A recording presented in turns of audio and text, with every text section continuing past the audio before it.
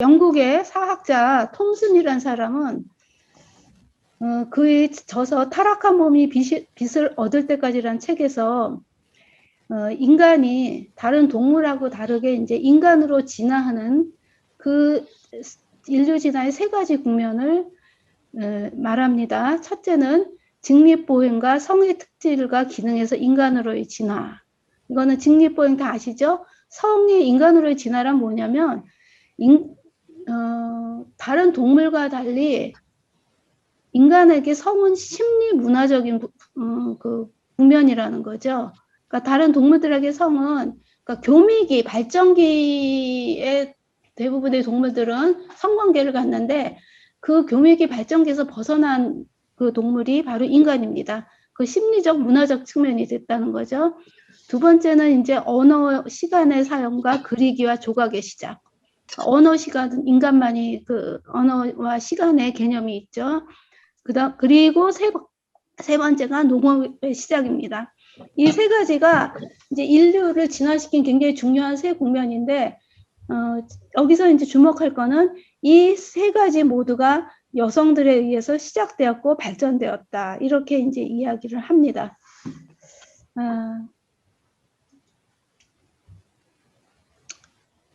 이제 우리는 이제 토종 씨앗에 대한 공부인데요. 그래서 토종 씨앗이 언제 이제 출현을 했을까? 씨앗이란 것이 인류의 이 지구는 45억 년이고 인간이 이제 나무에서 내려와서 직립보행을 하기 시작한 것은 600만 년 전 정도 된다고 하고요. 뭐 더 올라가서 최근에는 뭐 1160만 년 전까지도 거슬러 올라가는데 아직 논란이 있고요. 그리고 이제 그 종자식물에는 양치 종자식물, 그다음에 소철류, 속시식물 이렇게 세 가지가 있는데 양치 종자식물, 포자로 번식하죠. 이것이 실룰 이야기, 지금부터 약 4억 4,370만 년 전. 이때 처음으로 이제 그 포자식물, 일단 이것도 이제 종자식물로 보는 거죠. 이게 처음 이 지구상에 출현을 합니다. 그러니까 지구 45억 년의 역사에서 끝에 10분의 1 시기에 나오는 거죠. 그리고 이제 그 속시식물, 이제 그 씨앗다운 씨앗이죠. 이 속시식물은 백악기 이전에 출현했을 것이다라고 추정을 합니다. 백악기는 지금부터 1억 4,550만 년 전 정도 된다고 합니다. 이렇게 씨앗의 역사가 오래됐죠. 이거는 제가 이제 어디서 가져온 그림인데요. 그냥 한번 쭉 보세요. 여기에서는 소철류, 은행류부터 종자식물로 했는데 양치류부터 이제 종자식물로 보는 게 맞습니다. 네, 이렇게 해서 쭉 봐주시면 되고요. 그런데 우리가 어느 날 갑자기 농사를 짓게 되는 게 아니거든요. 농사라는 게 이제 우리가 농업혁명이라는 말을 하잖아요. 그만큼 혁명이라는 말을 쓸 때는 근본적인 삶의 방식, 그 이전으로 되돌아갈 수 없는 그럴 때 우리가 혁명이라는 말을 씁니다. 근데 이 신석기 혁명이라는 말을 쓸 수뿐이 없는 게 그전에는 채집과 수렵 위주의 생활이었거든요. 쭉 그 이동 생활을 하면서 정착 생활을 못했죠. 그 생활을 아까 600만 년 전에 인간이 출현을 했다니까. 자, 신석기 혁명은 지금 언제 지금 논란이 있죠. 언제 이제 그 발생을 했을까? 대략 10,000년 전인데 지금 우리나라에서 소로리 벽시가 17,000년까지 거슬러 올라가거든요. 그런데 거의 600만 년의 대부분의 시간을 채집과 수렵 생활을 하지요. 그러나 그 생활이 그 구석기, 전기 구석기, 후기 구석기 이런 구석기의 생활이 수백만 년, 근 600만 년에 걸친 그 세월이 그냥 정체된 세월은 아니었던 거죠. 농업이라는 혁명을 일으키는 데까지 가기 위한 끊임없는 진화의 과정이 있었습니다. 그것을 이제 간단하게 농업혁명을 이해하기 위해서 인간이 농업혁명을 일으킬 수 있을 정도로 어떤 진화 과정을 거쳤나 잠깐 보면요. 우리나라 이제 양양의 수양계 유적 후기 구석기 4만 년 전이라 하는데요. 자, 이 지금 순배찌르개 가장 왼쪽에 위에 있는 게 순배찌르개 돌이라고 하고요. 그 다음에 석핵은 이런 순배찌르개 같은 거를 만드는 몸돌입니다. 그리고 이제 그 밑에 놀라운 게 뭐냐면 이때 4만 년 전에 자세히 보세요. 눈금자가 있었습니다. 이 4만 년 전에 우리 호모 사피엔스겠죠?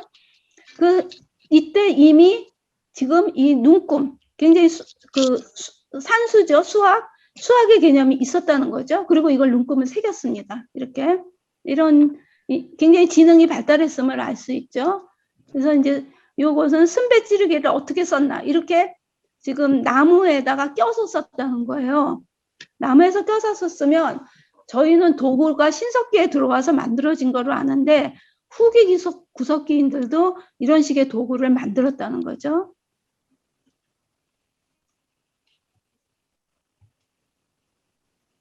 자, 그 다음에 중요한 게 있습니다. 이제 그 다음에 중요한 게 뭐냐면요. 역금기술, 바느질 문화인데요. 지금 이거는 이제 코텐스키 비너스하고 레스푸거스 비너스라 해서 여러분이 구글에서 가디스로 해서 이미지 검색을 해보면 무수한 여신의 이미지들이 뜹니다. 여신 조각상. 그러니까 기원전 5,000년 이전에는 이 지구상 어느 곳에서도 남신이 존재하지 않습니다. 모두 여신이 존재하는데 그거는 당연히 그 인간의 진화를 생각해 보면은 그 이해가 되죠. 왜냐하면 여성은 생명을 잉태했고요. 그리고 여성의 생리 주기가 또 음력하고 일치하거든요. 그런 신비로움도 가졌고, 그래서 과거에는 우리가 다 이제 모계 사회였고 여신을 숭배했다고 보는 거죠. 이때 그래서 이 발견되는 게 다 이제 이 비너스 상이라고 하죠. 근데 이 지금 비너스 상이 유럽의 후기 구석기 지금 27,000년에서 22,000년 전인데요. 처음에는 이게 뭔지 이 머리에 지금 꼬불꼬불하죠. 그리고 오른쪽 거 그리고 왼쪽 거는 밑에 보면 치마 같은 몸에 주름이 막 잡혀 있습니다. 그죠? 주름이 잡혀 있습니다. 이것이 뭔지를 몰랐어요. 처음에는. 그러는데 이제 인류학자들이 고고학자들이 이걸 자세히 관찰을 하다가 보니까 이게 모자였다는 걸 알게 됩니다. 머리에 쓴 게. 모자였다는 걸 알게 되는 거죠.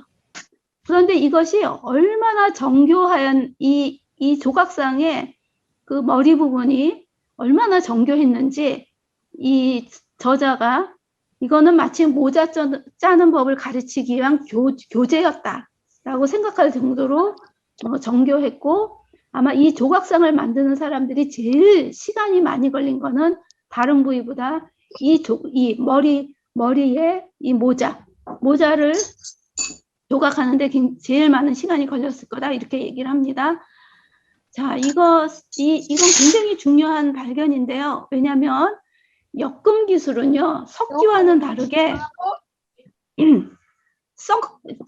그 나무 줄기나 나무 잎이나 이런 걸로 만드는 거죠. 그러니까 이게 썩습니다. 그래서 유물이 잘 안 남아요.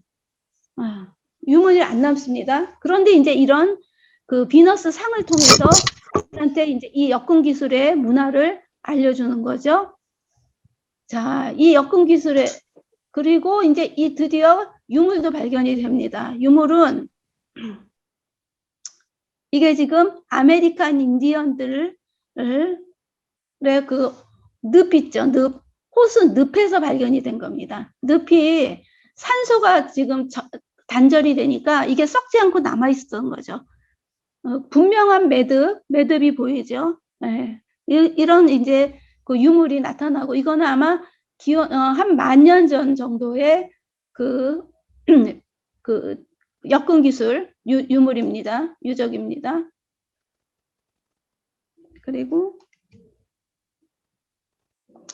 자 보세요. 그러면 우리가 이제 생각 추론을 해봅시다. 이게 지금 여전히 지금도 우리가 이런 것들을 엮어서 쓰고 또 사용도 하고 있죠. 이렇게 맨 처음에는 왼쪽에 오른쪽에 있는 왼쪽에 위에 있는 이런 얼기설기 가방을 만들었을 거예요. 후기 구석기인들이 이런 바구니를 만들었다는 거죠. 이 정교한 모자를 짤 정도면은 이거는 당연히 만들었겠죠. 왜 후기 귀속견들이 이것을 만들었을까? 제가 지난번 강의에서도 얘기했지만 채취를 했을 때 이것을 동굴에 남아있는 노약자들한테 먹이기 위해서 음식을 가져오는 것이 가장 생존에 가장 중요한 일이었던 거죠. 그 음반이 처음에는 넓은 나뭇잎 하나였다가 점차로 뭔가를 인간이 지능이 발달하면서 이거를 엮으면 조금 더 많이 가져갈 수 있겠구나 하면서 이런 바구니, 이런 엮음 기술의 바구니들을 만들게 되는 거죠. 신만이 가방이 아마 꽤 오래됐을 것 같아요. 이 신만이 가방이 결국은 채취잖아요. 그죠? 그래서 이런 신만이 가방은 굉장히 오래된 엮음 기술을 보여주는 간접적인 증거로 봐도 되지 않을까 생각합니다. 굉장히 신만이 가방의 엮음 기술이 지금 저도 이렇게 보니까 굉장히 간단하더라고요. 그죠? 복잡하지 않죠? 그래서 이건 굉장히 오래전부터 내려오던 기술이다라고 우리가 추론을 해볼 수 있죠. 그 다음에 이제 조금 더 발전하면은 밑에서 뭐처럼 이제 감자도 담고 채취용 것들, 뭐 고구마도 담고 견과류도 담고, 자 이제 이것이 현대사회로 오면은 이렇게 공예 작품으로도까지, 그죠? 아름다운 공예 작품으로 발전을 합니다. 이게 이제 엮음 기술입니다. 자, 그래서 우리가 아까 농업혁명이라는 게 인류 최초의 혁명이라고 그랬잖아요. 그런데 엘리자베스 웨이랜드 바버라는 그 여성 고고학자는 끈혁명이라는 말을 합니다. 스트링 레볼루션이라는 말을 합니다. 자, 이 끈혁명, 바로 인간이 이 나무줄기, 튼튼한 나무줄기를 이용해서 엮을 수 있게 됐다는 것이 인간의 생존 확률을 말할 수 없이 높여줬다는 거죠. 당연하겠죠. 이게 손으로 그냥 자기가 가져올 수 있는 만큼만 동굴을 가져오는 것과 이 바구니를 만들어서 거기에 담아오는 거는 하늘과 땅의 차이였겠죠. 그만큼 인류는 그 진화의 그 단계가 더 높아졌겠죠. 그래서 이거는 끈 혁명이라고 할 만하다라고 이제 이 웨이랜드 바버가 얘기를 합니다. 그래서 이 여자는 세상을 길들이고 인간의 의지와 독창성을 발휘하는데 끈이 워낙 강력한 힘을 발휘했기 때문에 인류가 최대한 많은 지역에 구석구석 퍼져 살게 된 것도 끈 덕분인지 모른다. 이 얘기를 합니다. 지금 네안데르탈인의 그 조상이 아프리카를 출발해서 떠난 거는 80만 년 전이고, 지금 우리 호모 사피엔스, 우리는 호모 사피엔스의 후예죠. 호모 사피엔스는 20만 년 전에 아프리카를 출발했다고 해요. 그런데 이 아프리카에 그때 출발해서 지금 전 세계, 유럽으로도 가고 지금 동쪽으로는 한반도까지 오게 되는 거죠. 그리고 그 과거에는 베링 해협이 지금 그 육지였습니다. 베링 해협을 거쳐서 아메리카 인디언인 그 신대륙까지 가게 되는 거죠. 이 전 세계를 어떻게 갈 수 있었냐? 바로 끈혁명 때문에. 그래서 가면서 뭔가를 자신들이 먹을 거를 짊어지고 갈 수 있게 된 거죠. 그죠? 이 끈혁명이 이만큼 인간의 진화에 중요했다. 이런 얘기를 합니다.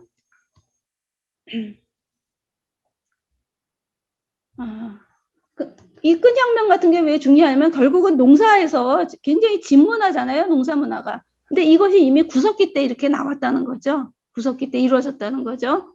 네. 그래서 구석기를 끈혁명을 이해하지 않고 농사혁명을 이해할 수가 없는 거죠. 그 다음에 바늘. 바늘도 굉장히 빨리 나왔더라고요. 지금 여러분들이 위키피디아를 보면은 아까 25,000년 전 그 그레베타 시기, 아까 보여드린 그 비너스상 그 머리에 모자를 쓴 그 그레베타 시기, 이때 거기서도 이제 바늘이 발견되나 봐요. 그 바늘이 가장 오래된 바늘이라고 얘기하고 있는데 이게 자꾸 고고학이 최근 자꾸 발견이 됩니다. 최근에는 데니소바 동굴이 지금 우랄알타이 산맥 남쪽에 있죠. 그 유라시아 중앙에 있고 여기에 데니소바라는 또 인류가 있습니다. 인종이 있습니다. 고인류가. 데니소바는 당시에 네안데르탈인과 같은 시기에 공존했던 다른 이종의 고인류죠. 그 고인류가 우리는 네안데르탈인뿐이 몰랐는데 데니소바라는 고인류가 또 발견이 된 거죠. 그 데니소바 인이 이 바늘을 지금 사용했습니다. 오른쪽 밑에 보면은 자, 이 줄자를 지금 재서 보여주는데 이거 자세히 보면은 7cm가 좀 넘습니다. 이게 구멍을 뚫은 정교한 정교한 바늘이죠. 그래서 지금 우리는 현생 인류는 네안데르탈인 유전자 3%에서 4%, 데니소바 유전자 1%에서 3%를 가지고 있대요. 그러니까 이 네안데르탈인, 데니소바인이 현생 인류와 교잡을 했던 거죠. 그죠? 그래서 우리한테도 이렇게 유전자를 남겨주고 있는 거고요. 그래서 제가 또 뭘 찾아봤냐면, 야, 이런 정교한 구멍을 이제 5만 년 전에 데니소바인이 뚫었던 거예요. 이게 지금 발견돼서 5만 년이고, 뭐 앞으로 더 오래된 게 발견될지도 모르죠. 언제부터 구멍을 뚫었을까? 이게 궁금해서 또 찾아봤습니다. 그랬더니 최초로 구멍을 뚫은 인물, 우리가 조개에다가 구멍을 뚫어서 조개 목걸이를 만들죠. 그게 지금 7만 3천 년 전 아프리카의 볼럼버스 동굴에서 이런 지금 그 조개에다가 구멍을 뚫은 이 유물들이 발견이 됐습니다. 이때부터 7만 3천 년부터 인간이 어떻게 이렇게 구멍을 뚫었을까요? 이런 구멍을 뚫는 기술이 있었고요. 그 다음에 독일의 3만 5천 년 전 후기 구석기죠. 홀레페츠 동굴에서 피리가 나옵니다. 네. 이 피리도 이렇게 정교한 이제 이 구멍을 정교하게 뚫어서 이때부터 아까 이제 그 음악 예술이죠. 이런 굉장히 이 후기 구석기인이 이런 이제 예술 음악을 이 피리를 불었다는 건 아무렇게나 불었다는 게 아니잖아요. 뭔가 지금 그 음악다운 음악을 지금 불었다는 거죠. 지금으로 치면 작곡 같은 작곡을 했다는 거겠죠. 아까 말한 데니소바인입니다. 데니소바인이 이제 40만 전에 서로 갈라져 나간 거로 본다. 이렇게 얘기를 하고 있고요.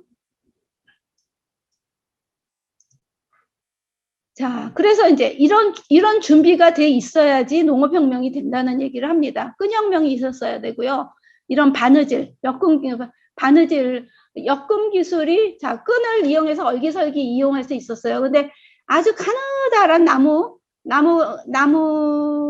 줄기게 이렇게 잎사귀에서 그 가느다란 나무 그걸 뭐래요? 줄기는 아니고 그 잎사귀에서 그 가느다란 실을 빼낼 수 있죠. 그런 걸로 이제 구멍을 내서 후기 구석기인들이 가죽을 꿰매서 이제 겨울을 난 거죠. 후기 구석기가 굉장히 추웠잖아요. 그러면서 이 바느질을 할 수 있었기 때문에 살아남은 거죠. 그리고 이런 기술을 다 가지고 이제 농사를 이제 농업혁명이 시작됩니다. 아까 우리가 봤던 소로리 벽시, 그죠? 소로리 벽시에서 이게 이제 복원도로, 당연히, 소로리 벽시를 따는 여인에서 이 복원도인데, 시는 지금도 할머니들이 받습니다. 그래서 당연히 농사혁명은 여성에게 일어났을 것이다라고 하는 게 바로 이제 지금까지 우리가 그렇게 여성들이 시를 받고 있기 때문에 당연히 할 수 있는 추론이고요. 이건 아까 다 지금 봤죠? 그래서 제가 정리한 거니까 넘어가도 됩니다.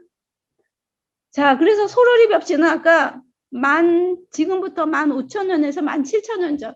그러니까 신석기 혁명이 보통 우리가 10,000년 전경으로 배웠는데 지금 이게 거슬러 올라가는 거예요. 예, 거슬러 올라가는 겁니다.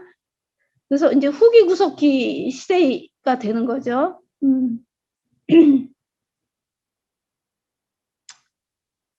자, 그래서 이제 이 벽시가 지금 가장 오래된 벽시가 15,000년, 17,000년께 지금 한반도에서 발견이 됐는데, 여기서 하나만 제가 지적을 할게요. 여기서 맨 밑에 줄에 신편 한국사에서는 우리나라에서 관계농이 발견되는 거는 청동기 시대이므로 청동기 시대에 농경이 시작됐다고 기록을 한다 그랬잖아요.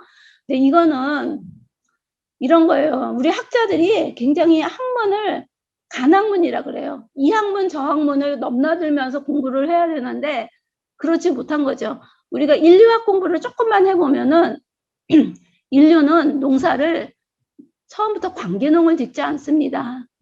쉽게 얘기하면 화전이었어요. 화전. 우리나라에서 또 1980년대까지 강원도 산간에서는 화전이었습니다. 화전은 어떤 농사예요? 그냥 불을 질러서 그죠? 밭을 만들고 그냥 자연에 맡기는 농사입니다. 그죠? 인간이 물을 주지 않죠. 지금도 시골에 가면 이렇게 밭은 물이 안 가는 밭이 많습니다. 그냥 비가 강수량에 의존하는 밭이 굉장히 태반으로 여전히 많습니다. 그래서 이것을 원시농경이라 그래요. 원시농경. 그냥 울타리 쳐주고 자연에 맡기는 거죠. 그래서 자연 환경이 그 해에 좋으면은 원시농경도 수확을 많이 합니다. 1960년대까지는 아시아, 아프리카에 아직 이런 원시농경 부족이 굉장히 많이 남아 있었거든요. 이런 원시농경 부족을 보면은 다 이런 식의 밭을 만들어 놓죠. 그냥 울타리 하나 쳐놓고 거기에서 아직 쟁기질 같은 게 없는 거죠. 그냥 자연에 맡기는 이런 농사입니다. 이걸 원시농경이라고 하는데, 자, 이 원시농경, 이게 관계농이 어떻게 관계농을 농경으로 시작으로 본다는 건 너무 큰 착오죠. 인류는 원시농경 사회를 굉장히 오래 거쳤습니다. 그래서 토종농사는 원시농경으로 시작을 하는 거죠. 그 인류가 상식적으로 생각을 해봅시다. 어떻게 농사를 시작했겠어요? 그 구석기 시대에 동굴에서 살았잖아요. 동굴에서 살면서 이제 겨울을 나고 봄이 되면은 나온단 말이에요. 그러면은 야생에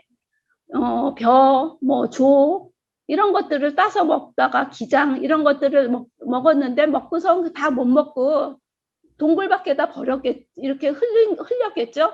그랬는데 이제 봄이 돼서 이렇게 나오고 또 이제 생활하다 보니까 이게 지금 날씨가 따뜻해지니까 싹이 트는 거예요.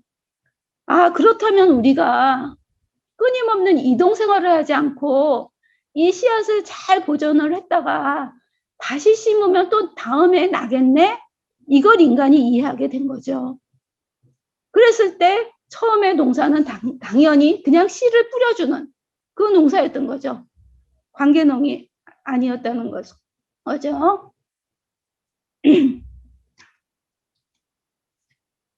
그리고 이제 다음으로 넘어갑니다. 그 다음에 이제 농사를 증거해 줄 수 있는 것으로 토기가 있습니다. 토기는 가장 오래된 토기는 일본에서 나옵니다. 규슈 지역. 규슈는 지금 우리나라 한반도하고 가장 가까이 닿아 있습니다. 제주도에서 가장 가깝습니다. 규슈 지역에서 원시 무문 토기, 아직 그러니까 무늬가 없는 토기죠. 12,700년 전 것이 발견이 됩니다. 그 다음에 우리나라에선 제주 고산리에서 15,000년 무문 토기가 발견되고요. 그 다음에 이제 좀 이따 보겠지만은 중국의 몽고 지역의 홍산문화, 신랑문화라고 하는데요. 여기에서도 토기가 나오고요. 이 신랑문화는 지금 8,000년 전으로 봅니다. 그 다음에 역시 홍산문화의 그 다음 시기인 소화서 문화에서도 나오고, 소화서 문화에서는 7,000년 전, 이제 좀 이따 그림을 보여드리겠는데, 인면상이 나오는데 이게 중국에서 가장 오래된 토기라고 합니다. 신랑문화의 토기는 연도가 몇 년인지 제가 찾지를 못했습니다. 그 다음에 러시아 연해주 아무르강 유역에서도 마찬가지로 원시 무문 토기가 나옵니다. 이 토기라 하면 결국 농사와 같이 가는 거잖아요. 그죠? 그래서 고산이식 토기에 파편만 남아있죠. 이런 파편이고요. 그 다음에 요런 오른쪽에는 이 화살촉을 썼습니다.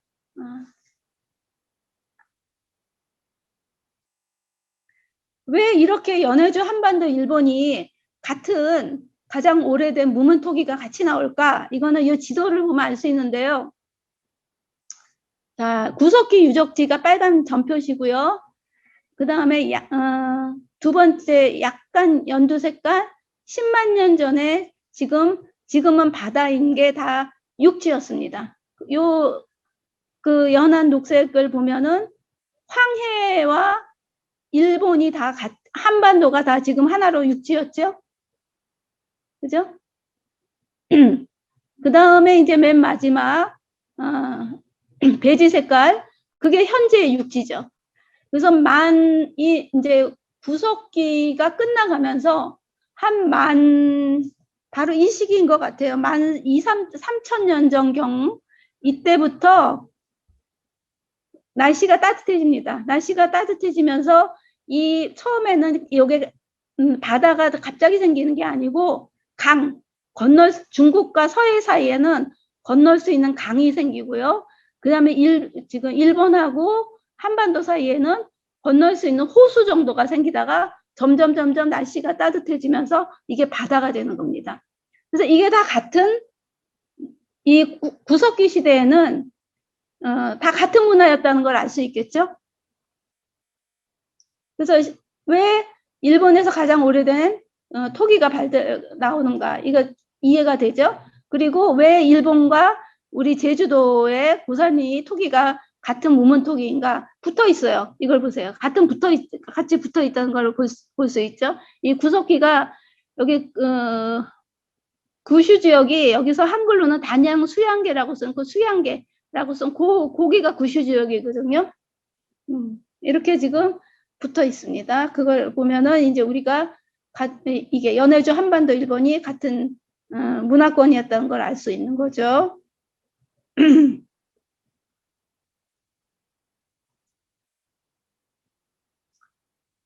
자, 그 다음에 이제 그 다음 밑에 뒤에 이제 나오는 우리나라에서 나오는 토기는 덧무늬 토기. 이제 아까는 무문토기였죠. 무늬가 없는 토기였잖아요. 이제 무늬를 더 씌우는 토기가 나옵니다. 오산리에서 BC라는 거는 BC와 같은 거예요. 근데 BC는 Before Christ고요. BC는 Before Common Era. 요즘은 BC를 많이 씁니다. 그러니까 기원전 6,000년이니까 여기다 2,000년을 더해야죠. 지금부터 8,000년에서 7,000년 전에 오산리, 고산리의 덧무늬 토기. 그 다음에 빗살무늬 토기는 우리나라에서 좀 더 나중에 나오는데요. 이 덧무늬 토기에서 조금 더 진전된 게 빗살무늬 토기임을 알 수 있죠. 근데 빗살무늬 토기는 식릉화 지역, 식릉화는 지금으로 치면 몽고 지역입니다. 내몽고 지역의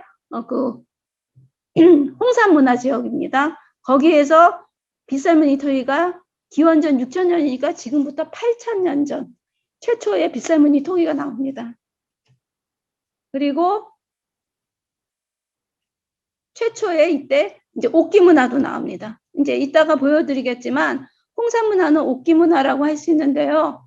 그래서 요즘 학자들이 우리가 신석기, 청동기 이렇게 배웠잖아요. 신석기와 청동기 사이에 옥기 문화를 상정을 해야 된다. 이런 주장도 나오고 있습니다. 자, 빗살무늬 토기 지금 아까 식릉화에서 나온 여기서 식릉화 지금 이 지도에 보면은 이 내몽고 지역에 식릉화라고 나오죠. 식릉화가 또 다른 발음으로는 흥룡화라고도 불리나 봐요. 식릉화, 흥룡화 같은 지역입니다.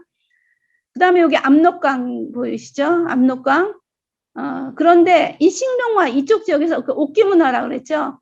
이 몽고 지역이 다 지금 홍산문화 지역인데요. 이 옥기가 어디서 나오냐면 수화목이라고 하는데 수화목은 어디냐면 이 압록강변에 있다 그래요. 이 수화목이 500km가 떨어졌다고 합니다. 이쪽에서 이때 이 기원전 지금 기원전 6,000년, 뭐 4,000년, 5,000년 이때 이 시기에 500km 떨어진 데에서 옥을 갖다가 굉장히 아주 정교하게 세공을 하는 그 문화를 이 홍산 문화가 갖고 있죠. 이게 빗살무늬 토기 문화와 같이 일치합니다. 그래서 이 빗살무늬 토기는 지금 한반도 전체에서 지금 다 나오죠. 다 나오면서 지금 중국 황하문명이라는 지금 남쪽의 황하문명권에선 나오지 않고요. 지금 요 위쪽으로 이쪽으로 지금 몽고 지역에 나오는데 좀 말씀드리겠지만 이 문명은 동이족의 문명이거든요. 그래서 고대에는 다 이게 통화 문명이라고 보여지죠. 우선 그래서 이제 빗살무늬 토기 이전에 우리나라에서 무문 토기 다음에 나오는 게 덧무늬 토기라고 그랬죠. 고산리 덧무늬 토기입니다.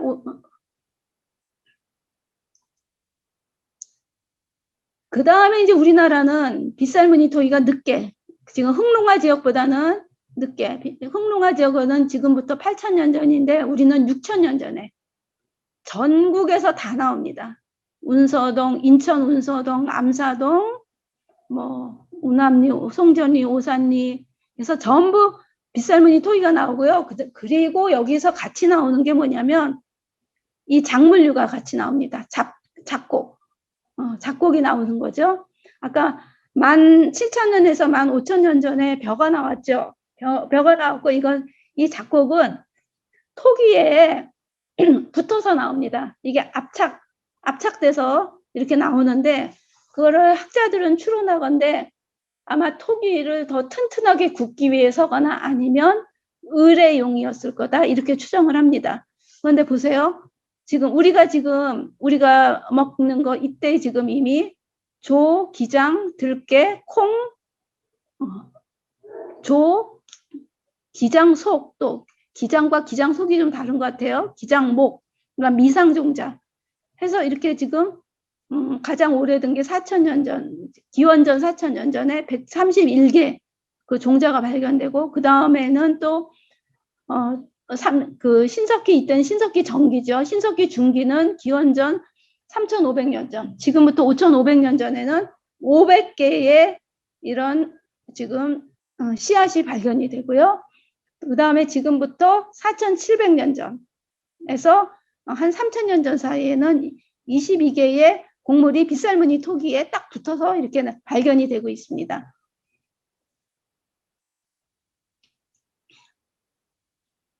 그래서 이제 요거는 우리나라에서 이제 고고학 연구 가장 최근에 이제 이런 논문들이 나오고 있는데요.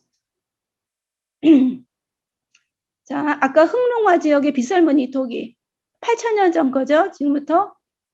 자, 가장 왼쪽 게 흑농화의 빗살무늬 토기고요. 두 번째가 우리의 한경북도 서포항 지역. 여기는 기원전 5,000년에서 4,000년이니까 7,000년에서 6,000년 전, 조금 늦죠. 빗살무늬 토기 비슷하죠. 그 다음에 세 번째 그림은 운서동 빗살무늬 토기. 아까 제가 그 토기에 지금 곡물들이 붙어서 나온다 그랬죠. 그 노란 것들이 곡물입니다. 그래서 이게 기원전 4,000년, 지금도 6,000년 전이고요. 그다음에 암사동의 빗살무늬 토기는 대략 기원전 한 5,000년경 전후라고 봅니다.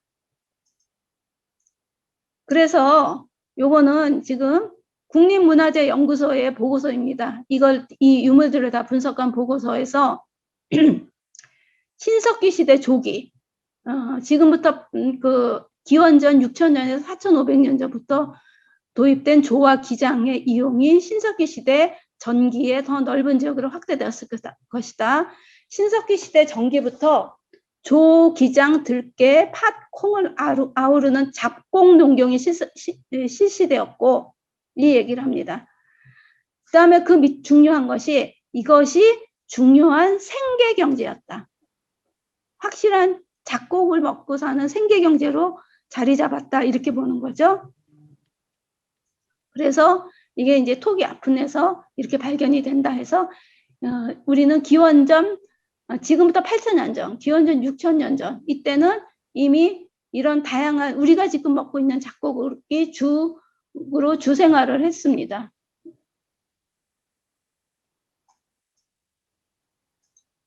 그래서 요거는 이진아라고 이제 이분은 생태 연구자인데요. 이분이 그 시사인에 검색하시면 이 고대 문명에 대해서 계속 시리즈로 한 10회 정도에 걸쳐서 계속 연재를 했어요. 거기서 나온 지도인데 이분은 아까 우리나라 제주도의 무문토기가 지금 11,000년경이라고 그랬잖아요. 이때 가장 오래된 게 나와서 10,000년.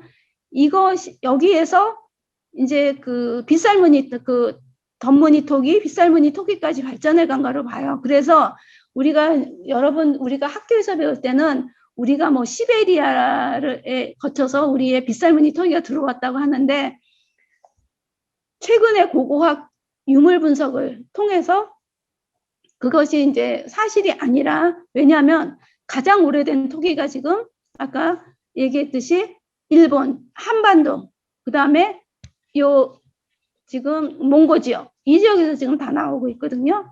그래서 역으로 그리고 시베리아나 유럽 거는 지금 이쪽에서 우리 한반도와 몽고 지역 이쪽에서 나오는 것보다 시기가 더 늦습니다.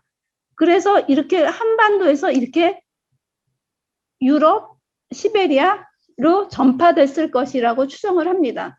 그런데 이제 이게 참 이 옛날 거는 확신을 할 수 없는 게 아까 제가 봤듯이 빗살무늬 토기는 지금 우리나라가 지금 그 식릉화 몽고 지역보다 지금 늦거든요. 몽고 지역의 그 동이족문에서 그 8,000년 전에 나온 것보다 우리 한반도에서도 늦게 나온단 말이에요.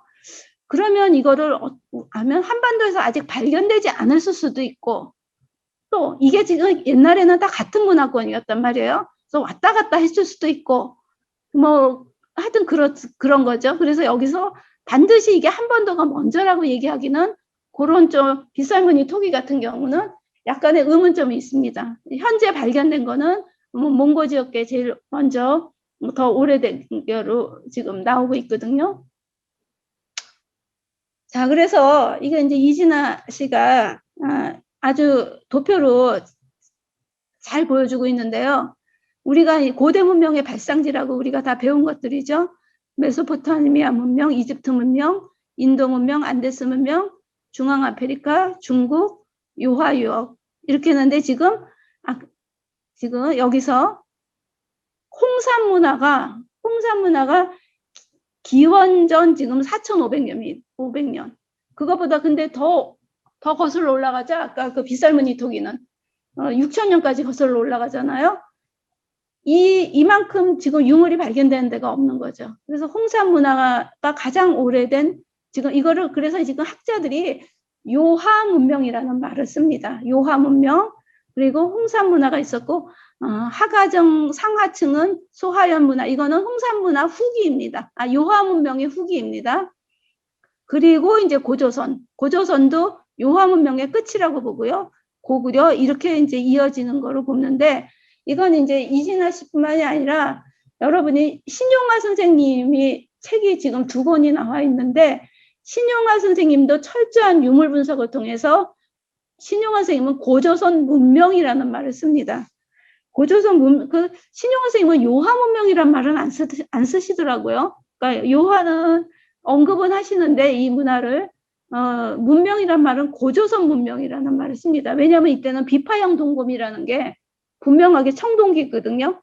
청동이면서 분명하게 지금 나오기 때문에 그때 이제 고조선 문명이라는 말을 쓰시는데 이제 최근에 많은 학자들은 요하 문명이라는 말을 쓰고 있습니다. 그래서 요하 문명은 지도를 보면은 지금 한반도의 이 지역과 그 다음에 몽고 지역이죠. 그리고 중국에는 황하 문명과 장강 문명 굉장히 구분되는 이 요하 문명이 있다는 거죠. 최근에는 중국이 이 요하 문명을 그 중국인들의 문명이고 이것이 이제 다른 종족들한테 퍼져나갔다. 이게 동국공정이라고 이제 그렇게 설명을 하고 있죠. 근데 이제 이것이 사실은 동이족의 문명이라는 것이 지금 우리나라 학자들의 견해고요. 자, 그래서 요하 문명을 보면 요하 문명은 여기서 소화서 문화, 지도를 보면 지금 이 몽고 지역이죠. 제일 먼저가 소화서 문화 1번 잘 보세요. 근데 이 소화서 문화 이전에 이 지도에는 안 나왔습니다. 신랑 문화라고 있습니다. 요 위에서 그러니까 소화서 문화와 신랑 문화의 시대가 잘 구분이 안 돼서 아마 이렇게 그냥 이 지도에서는 나타나지 않은 것 같은데요. 요 소화서 문화 위에 신랑 문화가 있고요. 여기 신락이라고 지금 여러분 여기 가장 여기 오른쪽에 보이시죠? 압록강의 그쪽에서 심양 보이시고 심양 위에 신랑 문화가 있습니다. 신랑 문화가 있고요. 그 다음에 1번 소화서 문화, 2번 흑룡화 문화, 아까 싱롱화 문화, 빗살무늬 토기가 발견된데 3번 사해 문화, 그 다음에 4번 홍산 문화, 여기서는 이제 여신사당이 발견됩니다. 5번은 소하연 문화, 그래서 홍산 문화 후기죠. 그 다음에 6번은 하가정 상층 문화 해서 기원전 2000년이면 이때가 지금 어느 때냐면 고조선이 BC 2334년인가에 세워졌다고 하잖아요. 청동기구. 이때 이제 고조선하고 겹칩니다. 그래서 이거를 고조선 문화로 또 이해를 합니다. 아까 말한 신랑 문화를 말씀하시는 분은 신영원 선생님이 우리나라 예족은 지금부터 9,000년 전 혹은 에서 6,000년 전에 한반도에서 압록강을 건너서 또는 동해안을 따라서 요하 동쪽으로 이동을 해서 신락이라는 지역에 정착을 했다는 거죠. 그 사람들이 만든 게 예족이 만든 게 신락 문화다. 이렇게 이해를 합니다. 그래서 우리가 보통 심양 부근의 신석기 신락 문화가 바이카로에서 왔다고 설명이 됐었나 봐요. 그게 잘못된 것 같다는 거죠. 오히려 한반도에서 우리 그 건너간 문화라는 거죠. 동이족이. 그래서 후한서에서 예족은 해마다 10월이면 제사를 지낸다. 이를 무천이라고 한다. 그리고 호랑이를 신으로 여긴다. 그랬어요. 그리고 호랑이를 주토템으로 새를 부태템으로 정해서 경배했다 그랬죠. 우리 새는 우리나라 곳곳에서 소떼가 발견되잖아요. 소떼 위에 새를 새겨서 꼽죠. 그게 이제 우리나라 한반도는 새가 토템이었다고 봅니다. 그죠? 그리고 고조 또 당군신화에서 이제 범도 나오고 곰이 나오잖아요. 그런 거면 이제 이게 그런 연관성도 엿볼 수 있습니다. 근데 신랑 문화가 이게 이제 일종의 이 8,000년 전에서 7,000년 전인데 아니죠. 만년이죠. 이게 기원전 8,000년이니까 지금부터 만년 전이죠. 여기에서 굉장히 다양한 주거지가 나오고요. 그 다음에 맷돌 역할을 하는 마제 갈판, 절구, 돌도끼, 돌끌, 그 다음에 곡물도 탄화 곡물이 나온다는 거죠. 그 농사를 당연히 만년 전에 여기서 졌다는 거죠. 그러니까 이 탄화됐기 때문에 무슨 곡물인지 모르는 거예요. 그죠? 무슨 곡물인지 모르는데, 이미 그러면 아까 우리가 봤던 그 작곡농경이 굉장히 더 거슬러 올라갈 수도 있는 거죠. 시작이. 그 다음에 그물추, 이런 것들이 굉장히 많이 출토되고요. 여기서는 이제 새 모양 산화의 목조예술품. 이거는 새 토템인 거죠. 신랑 문화. 이런 것들을 엿볼 수 있답니다. 자, 신랑 문화에서 유물들입니다. 그래서 이게 석탄을 가지고 이렇게 왼쪽에는 정교한 세공을 했다는 게 이런 게 굉장히 놀랍더라고요. 그 다음에 철광석도 나오고 성목도 나오고 이런 이제 유물들이 나오고 있고요. 그 다음에 아까 신랑 문화 다음에 이제 소화서 문화라고 그랬잖아요. 소화서 문화는 기원전 7,000년에서 기원전 6,500년인데 이때 이제 지금 오른쪽에 있는 도조 인면상, 이게 지금 중국에서 가장 오래된 토기라고 합니다. 가장 오래된 토기다 이렇게 얘기를 합니다. 근데 신랑 문화에서 토기도 굉장히 오래됐을 텐데 그 연대를 제가 못 찾았고요. 소화서 문화, 그 다음에 차하이 흑룡화 문화입니다. 이 차하이 흑룡화 문화가 이제 굉장히 이제 발전된 무슨 옥 한마디로 옥 문화입니다. 옥으로 완전히 옥이 지천의 옥이다 할 정도로 무덤에서 옥이 엄청 많이 이제 쏟아져 나옵니다. 옥과 빗살무늬 톡이 이게 기원전 6200년이니까 아까 8006년 전이잖아요. 그때 이제 최초의 빗살무늬 토기가 여기서 나오고요.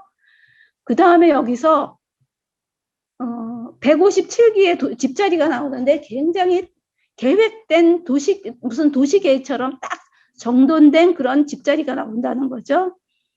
그리고 이 집은 굉장히 가정마다 경제적인 독립을 잃었고 같은 배열에 살던 가정끼리는 친척이었던 것 같다. 목의 친척이었겠죠. 그래서 시종마을이었다. 이렇게 보고 해자, 환호, 해자 이거는 적에 대비해서 이렇게 마을 주변에 웅덩이를 파는 거죠. 그래서 적이 못 들어오게 하는 해자도 둘렀고요. 그 다음에 굉장히 그 마을 한복판에 2개의 집은 굉장히 넓은 거예요. 약 한 42평 정도 꽤 넓죠. 그래서 여기에는 이제 해석에는 2개 시족이 이 한 마을에서 살았고 한 300명이 살았을 것이다 라고 보는데 여러분 300명이면 굉장히 많은 겁니다. 왜냐하면 지금 농촌에 가면요 한 마을이 몇십 명이에요. 그래서 100명이 넘는 마을이면 지금 굉장히 많은 큰 마을이라고 합니다. 지금 농촌이 그 정도로 이제 인구가 줄어들고 있는데 지금 농촌 마을보다 굉장히 더 많은 인구가 살았다는 거죠. 요 지역에서만. 근데 이게 뭐 발견된 게 이거니까 발견되지 않은 것이 곳곳에 더 이제 있을 수 있겠죠. 그래서 아까 여기가 옥문화라 그랬잖아요. 그래서 이 옥문화에 치와이도 이제 싱룡화 바로 옆에 있습니다. 치와이의 옥, 그 다음에 흑룡화의 옥, 그 다음에 요거는 한반도 고성, 문양리 옥 다 같죠? 그리고 이 재질이 다 같은 수암은 아까 압록강 있는데 백두산 근처에 그 고대 동이족의 표지 유물인 고인돌이 이제 굉장히 많이 발견된 곳이 이 수암 지역입니다. 여기서 500km 떨어진 지역이 이 싱룡화인데 여기까지 이 옥을 운반을 해서 이런 정교한 옥을 만들었다는 거죠. 이 옥결이라 그러는데 이 옥결은 허리춤에 이걸 차고 다녔대요. 허리춤에. 그러니까 굉장히 아마 이미 이때에 아마 계층이 분화된 것 같아요. 그래서 상층 계층이 이 옥을 차고 다녔겠죠. 그 다음에 이제 차하이 홍룡화 문화 다음으로 오는 게 사해문화, 기원전 5600에서 4000년 전인데 이때에도 마찬가지로 이 사해 지역에서 이런 이제 옥결이 발견이 되고요. 사해 옥결이요. 그리고 가장 오래된 최초의 옥 귀걸이가 발굴됐다는데 내가 이 귀걸이 유물은 사진을 못 찾았어요. 막 찾으시면 저한테 좀 주세요. 제가 이거 굉장히 막 이렇게 저렇게 검색해봐서 찾으려고 했는데 안 나오더라고요. 그 다음에 중요한 게 용의 형상, 돌로 쌓은 용의 형상물인 석소령을 발견해서 중국이 이걸 중화제일용이라고 부르고 있는데요. 이게 이제 중국으로서는 딜레마인 거예요. 중국에서는 용은 중국을 상징하였는데 이게 지금 동이족의 유적지에서 지금 발견이 된 거거든요. 그러니까 동이족의 유적지에서 발견돼서 이게 중국으로 퍼졌다는 소리인데 그래서 이제 중국으로서는 정리할 수 있는 건 이 몽고 지역도 역시 중국 민족의 문명이고 이것이 다른 종족으로 퍼져나갔다. 이제 이렇게 설명을 하는 거죠. 자, 그래서 이제 이 홍산문화 이제 이 홍산문화 연구를 보면 이제 그 다음에 홍산문화입니다. 사해문화 다음에 오는 게 홍산문화인데 기원전 4500년에서 3000년인데요. 자, 여기서 요거는 식룡화, 요거는 아니네요. 그것에 이어지는, 자, 이런 여신 사당, 이 마을의 그림입니다. 여신 묘가 있고요. 이런 이제 성지죠. 이런, 그리고, 뉴화령에서 여신묘에서 출토된 조각상인데요. 이 눈에는 지금 옥으로 눈알은 옥으로 바뀌었고요. 그 다음에 여러분 이걸 딱 보면 무슨 뭐로 생각되세요? 저는 이걸 딱 보니까 이거는 명상 자세더라고요. 이거는 깨진 조각상들을 다 맞춘 거예요. 맞춘 거다 보니까 뭐 팔을 저렇게 이제 배꼽으로 있어서 어떤 학자들은 이거는 팔이 왜 명상하는 자세가 아니다라고 얘기를 하는데 이거는 꽤 맞춘 거고 이거는 일단 가부좌를 틀었다는 건 명상 자세죠. 그래서 제가 지난 시간에 얘기했지만 저는 살림이란 말이 홍익인간이라는 말이 살림에서 나왔다고 그랬잖아요. 그리고 살림은 굉장한 깨달음의 언어다. 그러니까 이게 저는 그냥 자연스럽게 야 이때부터 우리 선조들이 이때부터가 아니죠. 그 이전부터 이렇게 명상을 해왔구나. 그리고 그 명상을 이 여신을 명상하는 이 가부좌를 들고 명상하는 거를 여신사당 여신으로 모신 거예요. 이 여신묘는 사람의 3배에 달하는 것도 있고 2배 크기의 여신도 있고 또 1배에서 3배 정도 다양한 크기의 여신이 총 6, 7명이 모셔져 있을 것이다 라고 해요. 그런데 이제 이 지역에는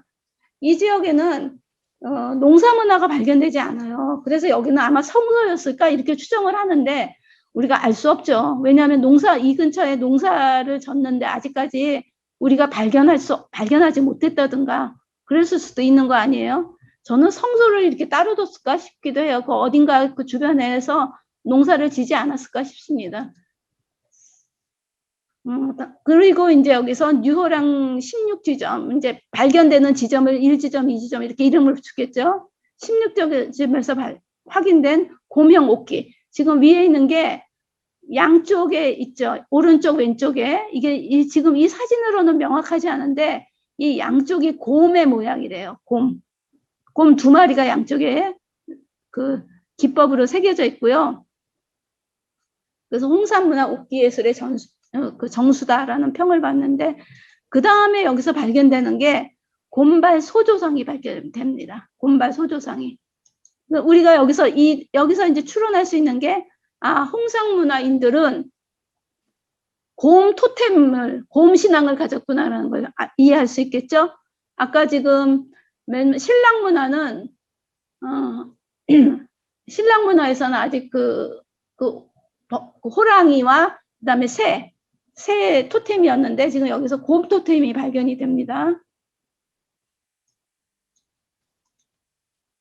그 다음에 이제 이게 홍산문화에서 나오는 또 동산치, 홍산문화의 동산치라는 지역에서 지금 왼쪽에 나오는 게 임신한 여성상이에요. 임신한 여성. 그러니까 아까 제가 여신문화를 했잖아요. 여신문화에서는 이렇게 여성이 임신한 모습 혹은 여성의 유방, 여성의 혹은 음모를 굉장히 확대하고 강조한 조각상들이 보편적입니다. 이건 왜 그러냐면 이것이 생명의 상징이거든요. 그래서 이게 지금 부끄러운 게 아니고 굉장히 보세요. 이 지금 동산치에서 나온 임신한 여신도 굉장히 그냥 늠름한 자태죠. 그죠? 늠름한 자태인 거고 이 자태인 거고 그 다음에 오른쪽은요. 우리나라 울산 한반도 신암리에서 발견된 건데 이 신암리는 신석기 중기 기원전 3500년에서 2500년 정도 지금 동산치 그보다 한 1000년쯤 늦죠? 비슷한 지금 그 신상이 나옵니다. 그런데 재밌는 게요. 동산치나 여기에서 나오는 이런 거는 여신상이라는 표현을 쓰고 있어요. 여기서는 여신묘, 여신상이라는 표현을 쓰고 있는데 우리나라 울산에선 여기서는 뭐라 그러냐면 여신이 아니고 여인상, 흙으로 빚은 여인상이라는 표현을 쓰고 있더라고요. 이거는 지금 우리나라에서 발견한 학자들의 생각이겠죠. 네. 그래서 이제 제가 이거는 언제부터 이런 여신 상이 발견이 되는가를 몇만 년 전부터 후기 구석기 때부터 보편적으로 발견됩니다. 아까 이게 그 피리가 발견된 3만 5천 년 전 홀레페츠 비너스 비슷하죠? 지금 이 동산치랑 비슷하죠? 굉장히 이건 전 세계적으로 보편적으로 크지는 않아요. 5cm 정도. 소각, 맘모스 상하 조각이라고 합니다. 요거 우리나라 요 신라 울산에서 발견해 요것도 굉장히 작은 거래요. 엄지 손가락 정도로 이게 사진은 큰데 실물은 굉장히 작은 겁니다. 그 다음에 이제 그 뒤에 오는 게 이제 기원전 3000년에서 기원전 2000년에 소하연 문화. 소하연 문화는 동이족 나라 상나라 갑골문의 전신이라 하신 원시 상형 문자가 등장했다. 이게 이제 중요한 것 같아요. 그러니까 하은주라고 그러잖아요. 중국의 문명을 얘기할 때 그 은나라가 상나라입니다. 그 은나라는 동이족이 세운 나라라는 거는 다 정설이거든요. 근데 동이족에서 상나라에서 갑골문이 나오죠. 갑골문의 전신이 원시 상형 문자가 이 소하연 문화에서 발견이 된다고 합니다. 그 다음에 이제 기원전 2000년에서 기원전 1500년에 이제 하가전 문화가 이제 나오는데 이때 여기에 이미 이때 기원전 2000년이면 지금 고조선 시대죠. 이때 비파형 동검이 나옵니다. 비파형 동검 하면은 우리가 그 비파형 동검과 뭐죠? 방울, 요령이 이 고조선 시대의 그 유물로 저희가 배우지 않았나요? 이 청동기 시대 유물. 자, 이런 것들이 이제 발견이 되고 있습니다. 당연히 빗살무늬 토기는 당연히 발견이 되고요. 그래서 이 시대는 하가전 문화 시대는 아마 고조선 시대가 아닌가 이렇게 이제 학자들에 따라서 해석을 합니다. 자, 그래서 제가 여기까지 왜 이렇게 장황하게 후기 구석기에서 그다음에 한반도의 신석기 그리고 몽고 지역의 지금 그 신석기 문화, 신랑 문화에서부터 지금 홍산 문화를 거치는 그 문화를 쭉 봤냐 하면 그거가 바로 그 의미를 이제 그것이 바로 원시 농경 문화를 기반으로 한 문화였다라고 이제 제가 그 얘기를 하기 위해서 쭉 본 겁니다. 자, 이제 그 우시라 교수님은 그 요하 문명에는 최소한 절대 권력자가 있었겠죠. 그 사당이 있었으니까 그리고 석공이 있었을 거고 옥기 장인 등등 해서 최소 6, 7등급의 사회계층이 있었다라고 봅니다. 자, 그러면 여기서 옥기 이런 아까 우리가 옥교를 봤잖아요. 그런 옥교를 만드는 데는 지금도 6개월이 걸린대요. 그러면 이 시대에는 얼마나 걸렸을까? 아마 그 시대에는 1년 이상 걸렸겠죠. 1년이나 뭐 2년 막 이렇게 걸렸겠죠. 그러면 그 시간 동안을 농사를 짓지 않고 그 일에만 몰두할 수 있는 석공과 장인 계급이 있었다는 거죠. 그거는 무엇을 의미하냐면 이렇게 농사를 짓지 않아도 되는 사람들을 먹여 살릴 만큼 농사를 졌다는 소리죠. 그죠?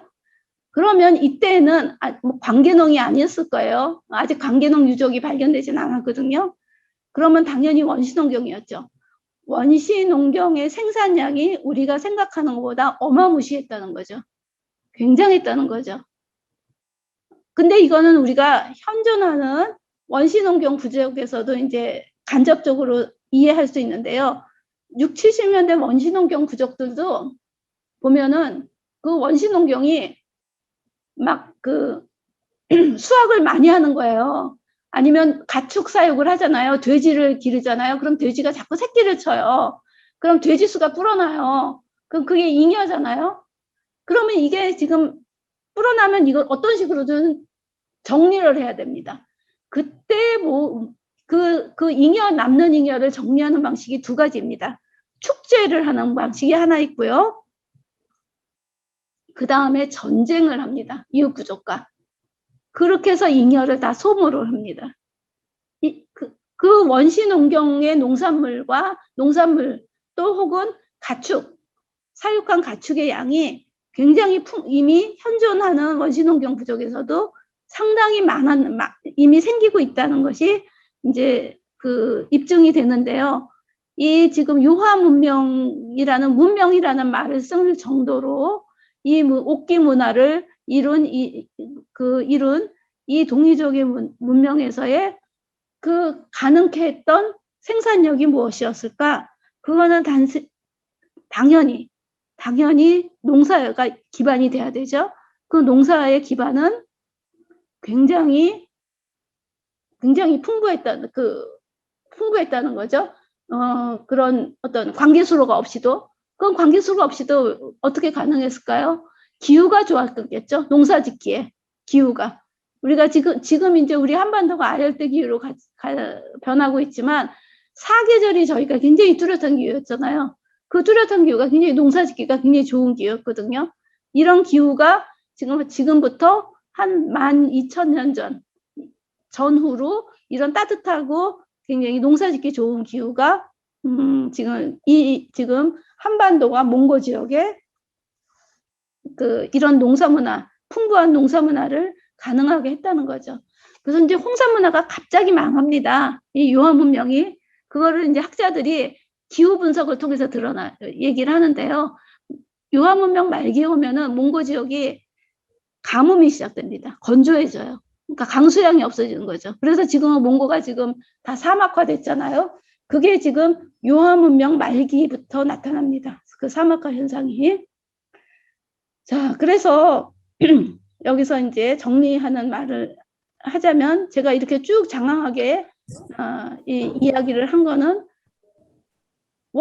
토종을 가지고 짓는 이 농사의 원시 농경이 의외로 하나의 문명을 이룰 만큼 굉장한 생산력을 가졌다. 그리고 그 문명은 옥기 문화도 만들어냈고 그 다음에 여신을 모셨었고 이런 문화였다. 그리고 잡곡 경제였고 이제 이런 정리를 해볼 수 있다는 거죠. 그런데 이제 우리가 지금 현재로 지금 잠깐 돌아와서 이제 생각을 해봅시다. 1993년에 서울에서 전국 풍물 장터를 열었대요.